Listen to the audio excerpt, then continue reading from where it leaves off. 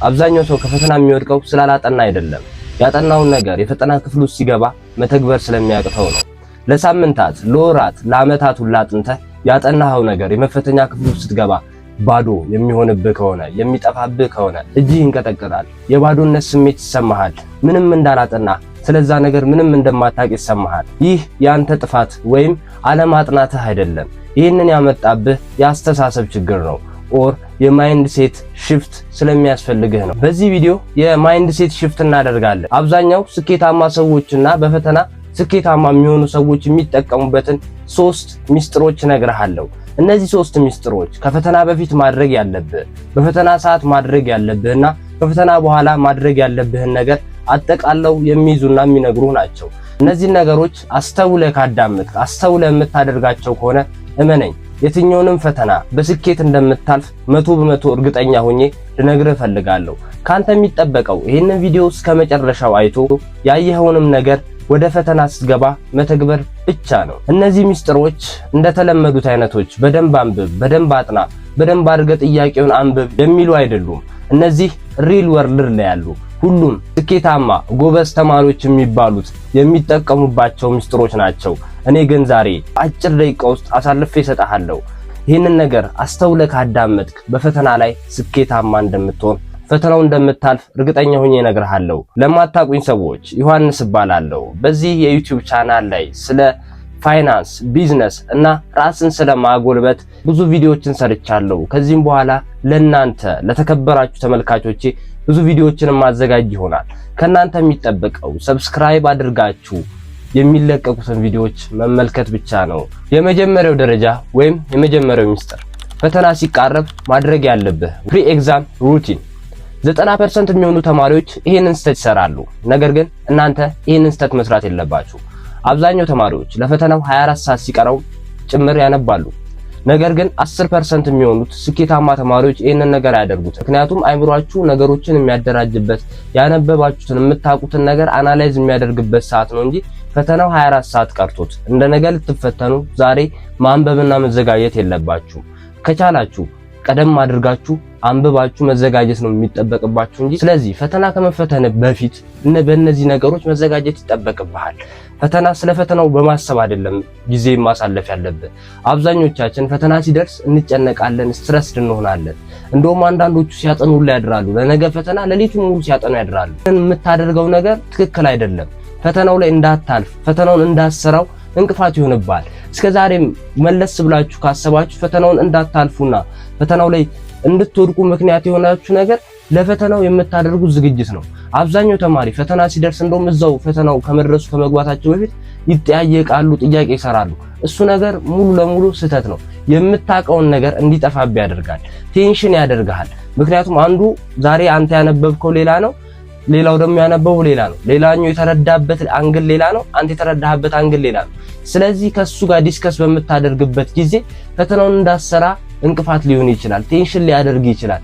ወይኔ ይሄን ነገር ሳልዘጋጅ ብለህ እንድታስብ ሊያደርግ ስለሚችል ፈተና ከመድረሱ ከ24 ሰዓት በፊት አንብበ መጨረስ፣ ስለ ፈተናው ደግሞ ዲስከስ ማድረግ አይጠበቅብህም። በቃ ፈተናው እንደምትፈተን እርግጠኛ ሆነሃል። ስለዚህ ወደ ፈተናው መግባትና መፈተን ነው እንጂ የሚጠበቅብህ እዛ ጋር ንባብ ምናምን ዝግጅት ማስታወስ የሚባል ነገር አያስፈልግም። 10% የሚሆኑት ተማሪዎች የደበቋችሁ ሚስጥር አንደኛው ይሄ ነው። ሳይንሱ ምን ይላል መሰላችሁ? እንቅልፍ ያልተኛ ጭንቅላትና ነዳጅ የሌለው መኪና ተመሳሳይ ናቸው።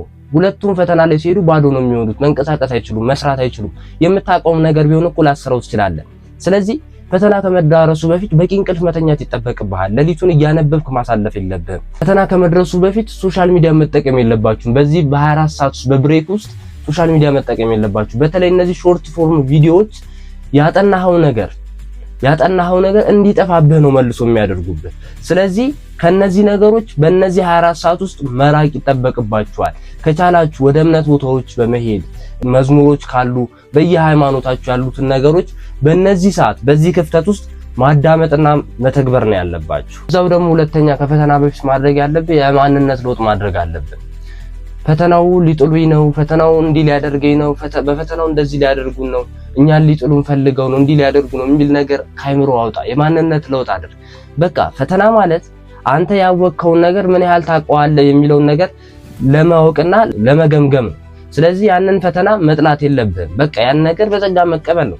አንተ ብቻ አይደለም የምትፈተነው አይደል? ዓለም ላይ ያሉ ተማሪዎች ሁሉ ፈተናን ይፈተናሉ። ፈተና ደግሞ መፈተናቸው ወደ ቀጣዩ ስቴፕ እንዲያልፉ ያደርጋቸዋል። ኤሌመንተሪ እያለ ከ5ኛ ወደ 6ኛ ክፍል ከ6ኛ ወደ 7ኛ ክፍል ለመሸጋገር ስትፈልግ ምን አይነት ሲስተም ነበር የሚጠቀሙት? ፈተና በየአመቱ መጨረሻ ላይ አለ።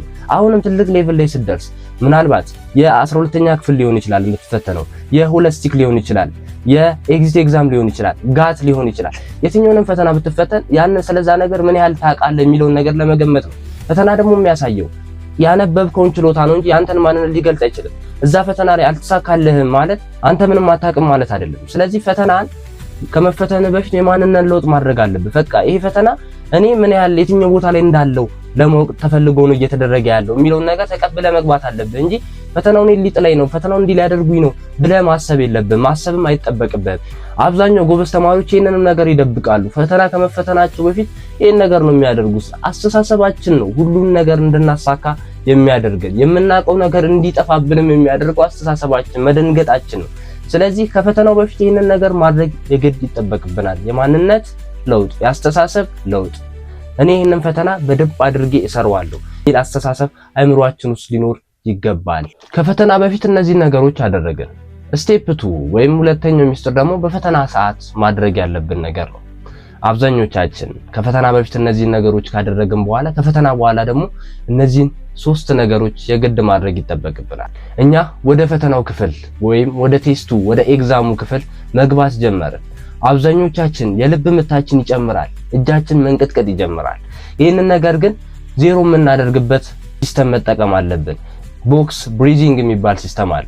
ወደ ፈተናው እንገባለን። ፈተናው መሰጠት ኦር ኮምፒውተሩ ከተከፈተ በኋላ እኛ ማድረግ ያለብን ቀጥታ ፈተናውን መፈተን አይደለም። ፈተናውን ምንድነው ያመጡት ምንድነው ጥያቄ የሚለውን ነገር አይደለም ማየት ያለብን።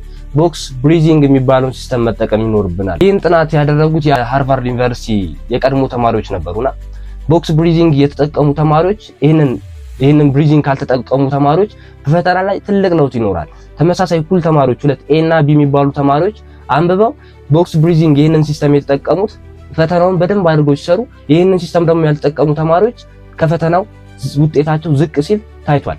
ስለዚህ እቺን ሲስተም መጠቀም ይኖርባችኋል። እንዴት እንደምትጠቀሙ ደግሞ አሁን በግልጽ ላሳያችሁ። የመጀመሪያው 5 ሰከንድ ውስጥ በ5 ሰከንድ ውስጥ አየር ትስባላችሁ ወደ ውስጥ ማለት ነው። 5 እየቆጠራችሁ በራሳችሁ አየር ወደ ውስጥ ትስባላችሁ።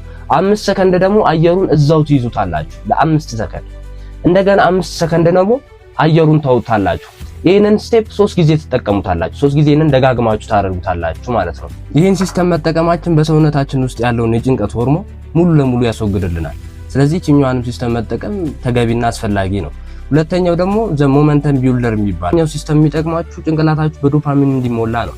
ዶፓሚን ደግሞ የሚባለው ጭንቅላታችን ውስጥ አእምሮአችን ውስጥ የሚመነጭ ሆርሞን ነው። ይሄኛው ጥሩ ስሜት እንዲሰማን የሆነ ኮንፊደንስ እንዲሰማን የሚያደርገን የሆርሞን አይነት ነው። የኛውን ሆርሞን አይነት ስሜት እንዲሰማን ደግሞ ማድረግ ያለብን ነገር ከባድ ጥያቄዎች ሳይሆን ቀለል ያሉ ጥያቄዎችን አስቀድመን መስራት ነው። አብዛኛውን ጊዜ ፈተናዎች ላይ መጀመሪያ ላይ የሚገኙት ከበድ ያሉ ጥያቄዎች ናቸው። ስለዚህ እነሱን ጥያቄዎች ዘለን ቀለል ካሉ ጥያቄዎች መጀመር። ይህንን ነገር ስንጀምር አእምሮአችን ኦር ራሳችን ይህን ፈተና የመድፈን አቅም አለኝ ብላችሁ በራስ መተማመናችሁ ይጨምራል። ስለዚህ ኮንፊደንት ሆናችሁ ያንን ጥያቄ እንድትሰሩ የሚያደርጋችሁ ምንድነው? ዶፓሚን የሚባለው ሆርሞን ጭንቅላታችሁ ሲመነጭ ነው። ስለዚህ ይሄኛው ሆርሞን እንዲመነጭላችሁ የምትፈልጉ ከሆነ አስቀድማችሁ ቀለል ያሉ ጥያቄዎችን እየመረጣችሁ በመሃል መስራት ነው። 3-4 ጥያቄ ቀለል ያሉ ጥያቄዎች ሰሩና ከዛ በኋላ ወደ ከባዱ ስትሄዱ ያኛውም ቀላል ነው የሚመስላችሁ። ምክንያቱም አእምሮአችሁ ውስጥ ያለው ዶፓሚን ይሄን ነገር እችለዋለሁ፣ ይሄን ነገር አሳካዋለሁ ብሎ ስለሚያምን ነው። ስለዚህ እቺኛውንም ሲስተም መጠቀም ይኖርባችኋል። ሶስተኛው ደግሞ እምነት ይኖራችሁ እንደምታሳኩት እንደምትደፍኑት አምናችሁ ግቡ። ፈጣሪያችሁ እኮ እናንተ ሸክማችሁ የከበዳችሁ ነው ወደ እኔ ይላል አይደል እንዴ? ሁላችንም ሸክማችን የከበደንን ፈተናው ከብዶ ሊሆን ይችላል። ለፈጣሪ እንስጠው። እኛ የተወሰነ ጥረት የተወሰነ ዝግጅት አድርገናል አይደለ? የተቀረውን ነገር እኮ ፈጣሪ ሲሞላው ነው ሙሉ ለሙሉ የሚሆነው። ስለዚህ እኛ እነዚህ ማድረግ የሚጠበቅብንን ነገሮች ከፈተና በፊትም ከፈተና በኋላም ፈተና ላይ ማድረግ የሚጠበቅብንን ነገር እናድርግ። የተቀረውን ነገር በእምነት ለፈጣሪነቱ።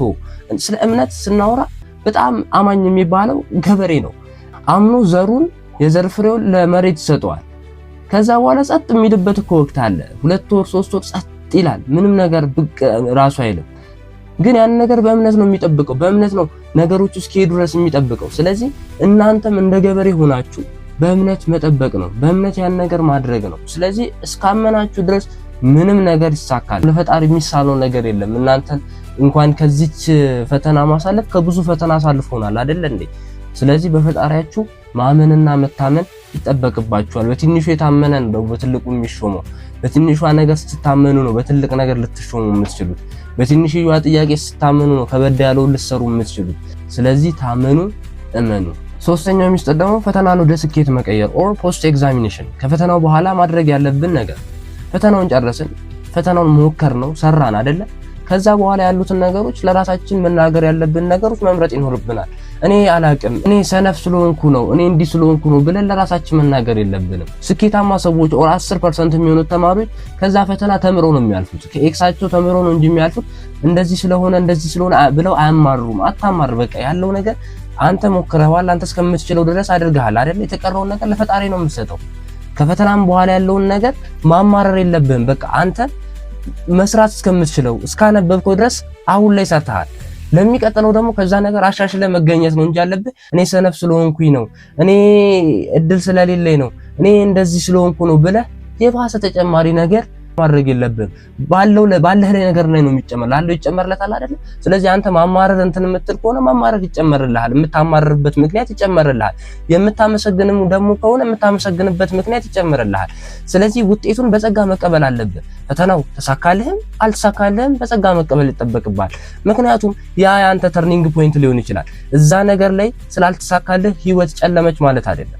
ያ ነገር አልሆነም ማለት ላንተ ሁሉ ነገር ጨለማ ሆነ ማለት አይደለም። ያን ነገር እስካደረክ ድረስ እስካመንክ ድረስ ፈጣሪ የተሻለውን ነገር ነው ላንተ የሚሰጠ። ስለዚህ አንተ አቅም በፈቀደው ደረጃ ተዘጋጅ። ከዛ በኋላ የተቀረውን ነገር ለፈጣሪ ሰው ታመን፣ አታማር።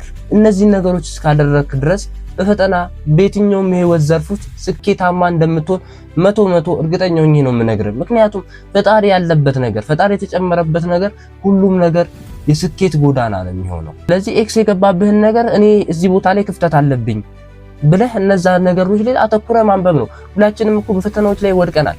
ነገር ግን ከዛ ፈተና በኋላ ተነስተን ከዛ ስህተት ተምረን ሌላውን ፈተና በስኬት አልፈናል። ሁላችንም እንደዚህ አይነት ፓዞችን ያለፍነው። ሁላችንም አልጋ ባልጋ አልሆነልንም። ሁሉም ስኬታማ ሰዎች አልጋ ባልጋ አልሆነላቸውም። ስለዚህ መጀመሪያ ያን ነገር ምንድነው ከዛ ነገር ምንድነው የምማረው የሚለውን ነገር ማየትና ማተኮር ይጠበቅባል። ከዛ ነገር የሆነ ነገር ተምረህ ስታልፍ ነው ስኬታማ የምትሆነው። ስትሄድ የመታህ እንቅፋት ስትመለስም ከመታህ የእንቅፋቱ ችግር አይደለም። ችግሩ ያለው አንተ ላይ ነው ኦር ጫማህ ላይ ነው። ስለዚህ አንተ ላይ እስከሆነ ችግሩ አንተ ላይ ያለውን ችግር ለመቅረፍ መሞከርና መታገል ይጠበቅብሃል። ስለዚህ ለሚቀጥለው ጊዜ አስብ። ፈተና ላይ የምትገባው ዕውቀትን ብቻ አይደለም የሚፈተነው፣ የአእምሮህም ማቹር መሆነ አእምሮ ላይ መብሰልህም አብሮ ነው የሚፈተነው። ስለዚህ እነዚህን ከፕሪ ኤግዛም ከፈተና በፊት በፈተና ላይ ማድረግ ያለብህን ነገር በደንብ አድርገህ ማድረግና መተግበር ይኖርብሃል። የትኛው ነገር ተመቻችሁ? የተመቻችሁን ነገር በኮሜንት ላይ አስቀምጡልኝ። ፈተና ለደረሰበት ለወንድማችሁ ለጓደኛችሁ ይሄን ቪዲዮ ሼር አድርጉለት። የህይወት ባለውለታው እንደምትሆኑም እርግጠኛ ሆኜ ነው የምነግራችሁ። ፈተናውን አሳክታችሁ አልፋችሁ እንደምንገናኝ ተስፋ አደርጋለሁ። ለሚቀጥለው ጊዜ እንድንገናኝ ደግሞ የምትፈልጉ ከሆነ ይህንን ቻናል ሰብስክራይብ በማድረግ ቤተሰብ መሆን ትችላላችሁ። ቸር ቆዩኝ። መልካም ጊዜ